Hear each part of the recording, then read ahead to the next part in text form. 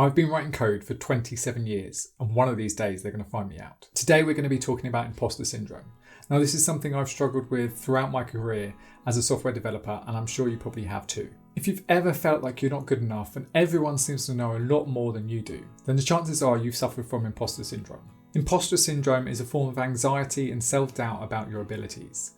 It's common across many different industries, but I've seen it a lot amongst programmers. In fact, if you have no doubt of your abilities and you've never suffered from imposter syndrome, then that's actually a bit of a red flag. The opposite of imposter syndrome is called the Dunning-Kruger Effect, and it's where people with low abilities overestimate what they can do. These people tend to know enough to be dangerous. They go full steam ahead in trying to figure out a solution without asking for any help and generally cause problems in the process. If you do suffer from a bit of imposter syndrome, it's actually a good thing.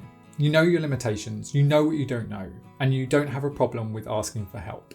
This way you open yourself up for learning new things. Now there are generally a few thoughts that lead to imposter syndrome. The first one is everyone knows more than I do. There is so much to learn in programming that it's important to remember that not everyone can know everything. Now there's a quote that comes to mind with this. It's that you learn more and more about less and less until you learn absolutely everything about nothing. Now this holds true for software development as well. People tend to specialise and become experts in a very small area, and from outsiders looking in, they can see how much they know about their field, and they think, wow, they must know everything in that level of detail. For the experts themselves, when they're listening to people and they hear someone talking about a new field, they're probably thinking the same thing. They're thinking, wow, this person's knowledgeable. Why don't I know about that? Now the second thought that comes to mind is, I don't know what I'm doing. There have been a few cases in my career where I've been completely thrown in the deep end. These are real sink or swim situations. As a junior developer working for a consultancy company, I was often placed on client sites and sold as a senior developer. At the time I was working on embedded devices and I was helping companies set up their testing environments. If you've ever worked on embedded devices, you'll know that no two devices are alike.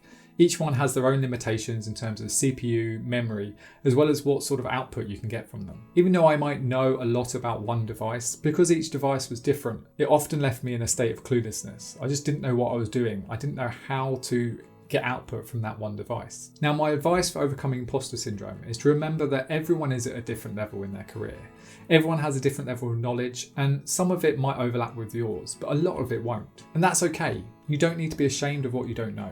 Take it as an opportunity to ask questions and learn from other people. No matter where you are in your career, you've probably learned quite a lot, and you need to recognise what you know and give yourself a pat on the back. Think about what you've learned in the last year and write down what your accomplishments are. This can really help to put things into perspective. Another thing that's really helped me is to share your knowledge with other people.